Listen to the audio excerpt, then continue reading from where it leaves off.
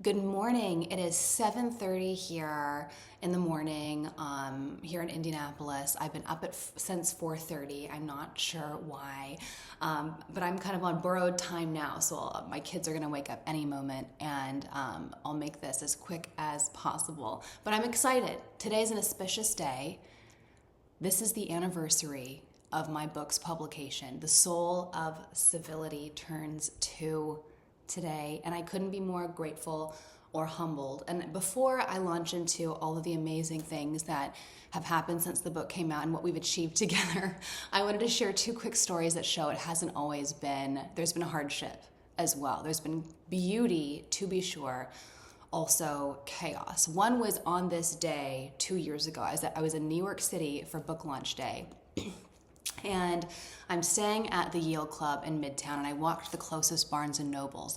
My book is the product of a lifetime of thought and a decade of work on this question of the good life, and I couldn't wait to see my book on shelves and in bookstores.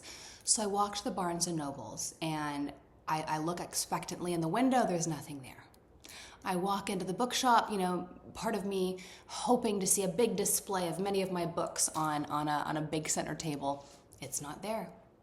I walk over to nonfiction, it's not there. Philosophy, history, it's not there. And I finally ask someone who works at Barnes & Noble, I was like, hey, I'm the author of this book. Today's my publication day. Any chance you have a copy? And they look in the inventory, let me check. Oh yeah, they said, we have 2 copies. It's in the basement. So I take the escalator down to the basement, and I'm walking around looking for my book, and I finally find it, and it's buried behind like several layers of books on a shelf. And I'm like, oh, okay. So I take my book up to the 2nd floor, and I said, I'm the author. I'd like to sign these books and have them here on display. This is my publication day. They said, oh, great, no problem. They give me a Sharpie, and they gave me these cute little signed by the author stickers that Barnes & Noble gives authors when they want to publish their book, when they sign their books in store. And so I take my book, and I have someone, take a little video of me signing my book at Barnes & Noble on publication day and putting the signed by the author sticker on the book, and I'm proud and I'm excited. It was a little anticlimactic getting there and there not being this, red carpet rollout for my book, but I was like, we persevere, don't we? So I'm signing the book, and I was like, okay, I did that thing. It's publication day, signed the book, sticker on the book. I put the books down on the center table, even though I rescued them from the basement and behind layers of books at Barnes & Noble. Put it on the center table, and I walk out, and I'm heading to an interview. As I'm walking out, a security guard stops me and says, excuse me, ma'am, I saw you writing in those books. Do you plan to pay for those? I was mortified and horrified. And a Barnes & Noble employee comes over and says, no, she's the author. Don't worry, let her go. We asked her to sign those books. So they let me go, and I was, just not the, beautiful, exciting, auspicious launch of my book into the world than I thought. I remember leaving in absolute tears. It was kind of a tragic comedy. Speaking of tragic comedies, let's back up a week prior, 2 years ago. It was one of my first book events, and here at Indiana University, and I was at the Lilly School of Philanthropy, and they had hosted a nice event for me with faculty and students and my friends, and it was one of my first book talks, and I couldn't wait to get there and share with my friends and colleagues, again, this product of my life's work, my magnum opus. And I'm there, and I'm on stage, and I'm giving a talk, and my mom is at the back of the room. She's supposed to be at the back of the room with my 2 kids, instead, who are then, 1 and 3, Sophia and Percy. Instead, I see my mom in the very front row. Mom, I love you. Thank you for all your help over the last several years, and of course, for everything you've given me in life. But she's in the front row. She's videoing me, and my kids are in the back, and all of a sudden, I'm a few minutes into my talk, and one child comes on stage. Percy runs up. And of course, if Percy isn't on stage and I have him at my leg, Sophia runs up, my 1-year-old. And so all of a sudden, I have 2 children in my arms, and I'm trying to give this talk, And I'm like glaring daggers at my mom, like, Mom, please help me, please rescue me. And she's like in the front row smiling and like cropping the kids out to just get my head. I'm like, Mom, if you're gonna take this content, at least get the 2 toddlers like at my legs and in my arms. And instead she like zooms in on my face. We don't even have photo evidence of it. And anyway, she finally gets the hint and takes the kids and leaves the room, and I'm able to finish my talk. But I think it felt like most of my talk. It was a solid, 10, 15 minutes of like my 20-minute talk that I'm like on stage with 2 kids. And that's how it's been. I've been in 120 plus cities in 5 countries on book tour, and it's been hard. It's been beautiful. It's been chaotic. I've had my 2, now 3 kids with me. Thank you, Mom, for making that possible. My incredibly supportive husband for making that possible. I couldn't have done it without you. I wouldn't have been a mom if I hadn't brought my kids with me to all of these engagements and endeavors across the world. And it's been extraordinary. I'm so grateful for it. We did most of it while we were doing an incredibly large house renovation. I'm thrilled that my home is done and can't wait to invite many of you here at the Civic Renaissance Retreat coming up in April. And but it was chaotic, hard, beautiful, and we've done a lot. The book has become a handbook for leaders to navigate this crisis of dehumanization and division that we are living through right now. And it was a privilege, especially last weekend, the Civility Summit, which felt like the culmination of a lot of work, because I brought in and invited mayors, city council persons, people from across North America, civic leaders who say, I can't control who's in Washington, but I can control myself. And I want to be part of the solution right where I am with what I can control. And that's what was so hopeful about last week. And it felt like, again, the culmination. It felt like a harvest after planting all these seeds over the last 2 years. And planting those seeds was an act of faith and not knowing what they would yield, what they would come to. And now all of those people have gone back to their communities and they're ready to build something. And so there are just so many exciting things on the horizon. This is kind of the new era of my work. It is empowering local leaders, doing less keynotes where I airdrop in for a day, inspire people and leave, and more, I want to say no to more and yes to longer term investment in people and communities and ecosystems, where I can empower local leaders to live out these ideals, to embody these ideals and live them out and lead in their communities day in and day out. And that leads me to this new framework that I've recently developed and been sharing with people, and I've gotten a lot of great feedback, encouraging feedback from people. It's this 4-phase framework that I'm moving to instead of, I will do, of course, still do talks, but moving towards, again, empowering local leaders in more meaningful, long-lasting ways. The first phase of this 4-phase framework of cultural communal transformation is discover. Where over a period of, it could be 6 weeks, it could be 3 months, but a community and ecosystem reads my book together. And that's important to get this shared foundation, this shared language about what are we even aiming for? What is civility? How is it different from politeness? And it's getting our terms in order. It's having this shared vocabulary, that shared foundation. That is the discover phase. And that's really important because the next phase is the ignite phase. That's when I come in and I want to, be able to work with communities, work with the people I'm talking to, and already have a baseline of shared information and understanding. And I'm not just coming in cold and having to go 0 to 60. So, what are the questions at play? That's what we explore in that discover phase. Then it's the ignite phase. That's when I come in. It can be a talk. It can be a workshop. It can be an executive seminar. It can be a teacher's training. It can be 1 to 3 days, and it can look however a community or ecosystem wants it to look. But that's when I'm physically present to ignite and to be a catalyst for this conversation. And then the third phase is embody. And in the embody phase, these ideas become habit. They become embodied in our daily life. And this is where local leaders put into play these ideas of how to flourish across difference, how to live this out day in and day out. And the final phase is celebrate. At the Carmel Civility Summit two weekends ago, I had so many people come up to me and say, this was so much fun. I want to do this in my community. I want my own Civility Summit. And I said, great, let's do it.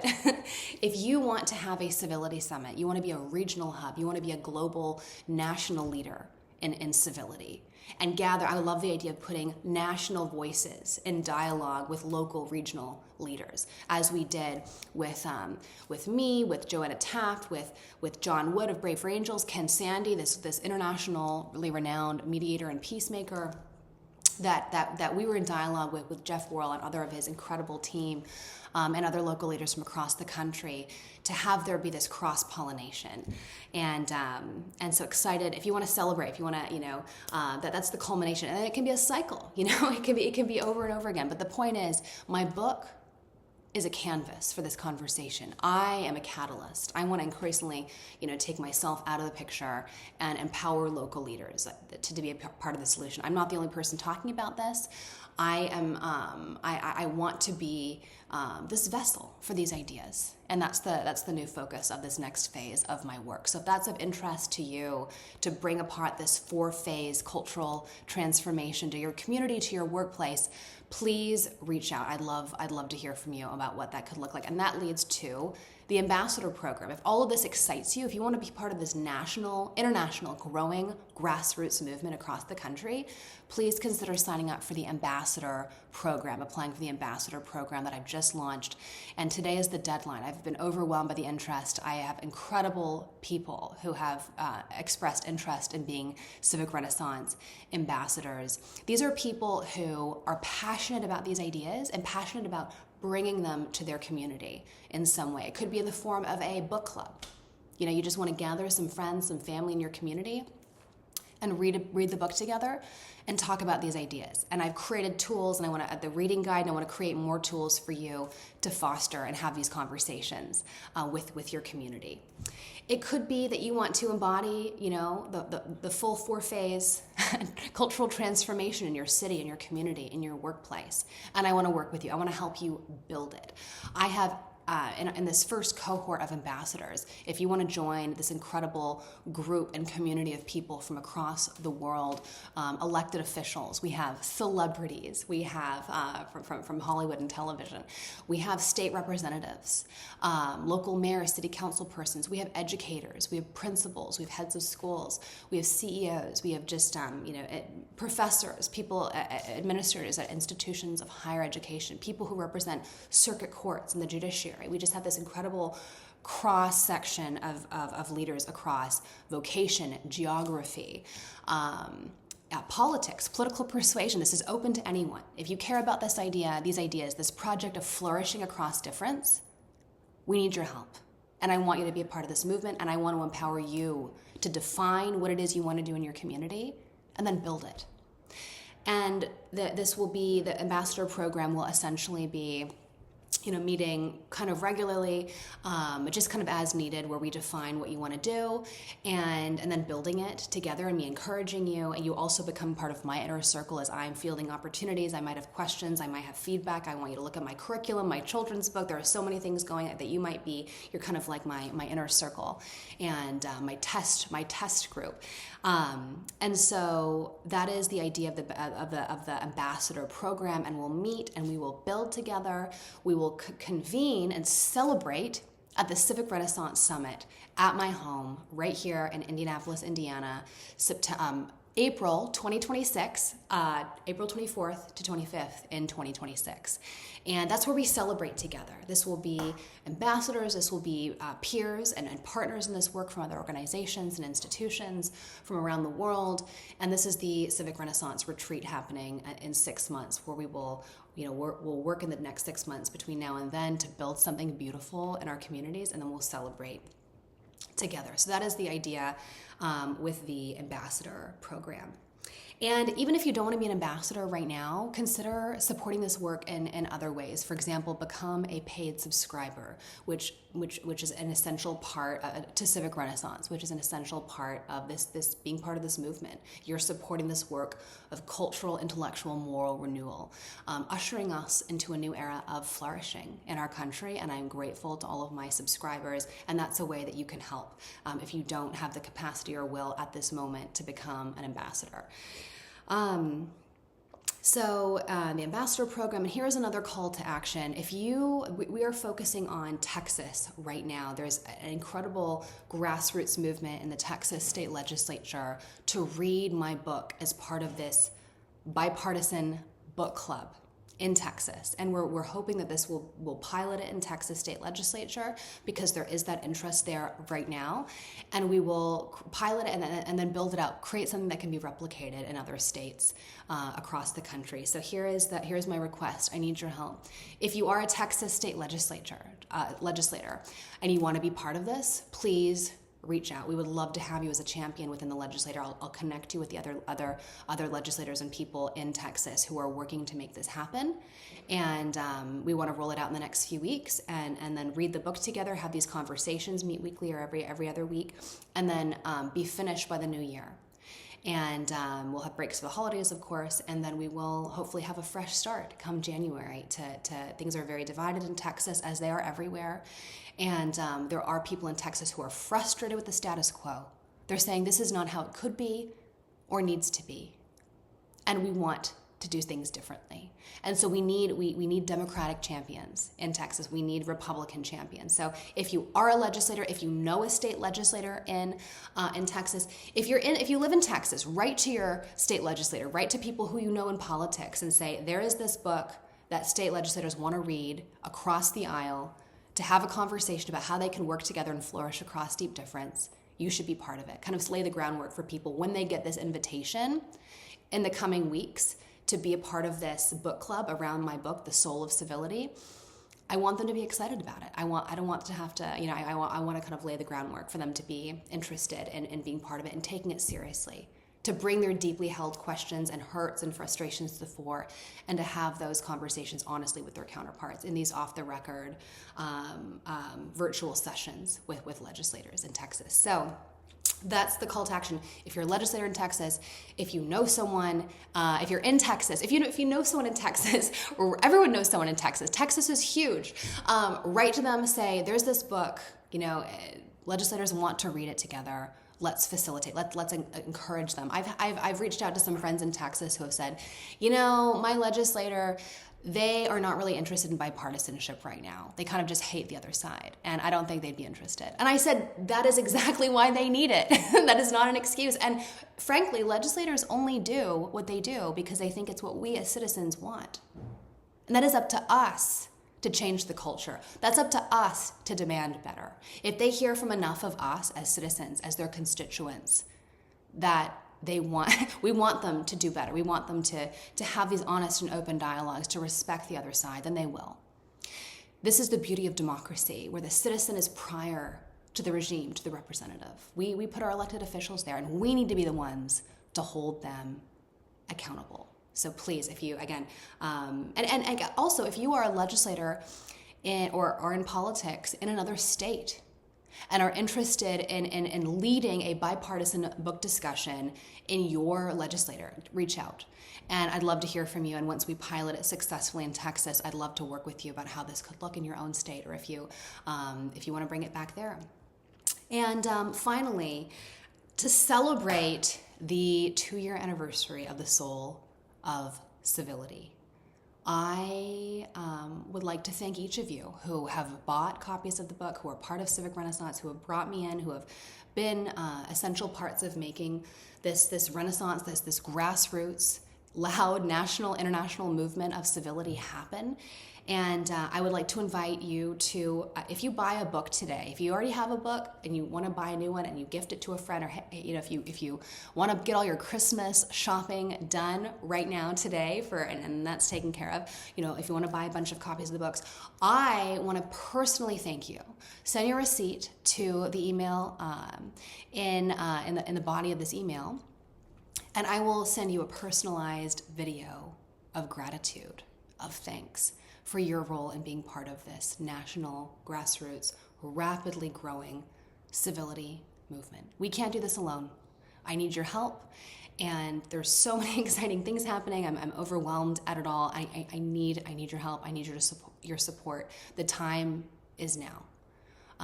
So really grateful to each of you, and the best is yet to come. We are only just getting started. And that's great timing because I hear my son who's in the kitchen and hungry, he just woke up. So I hope you have a great day. Happy Publication Day, National Solo Civility Day, shall we dub it? And thank you for being here. I'm glad to be part of your community and in this next phase of civic renaissance, of this movement, of the book's life, of these ideas life. I want to get to know you more. So that's why I'm doing more and inviting more and more engagement. And so excited for what is to come. Thank you.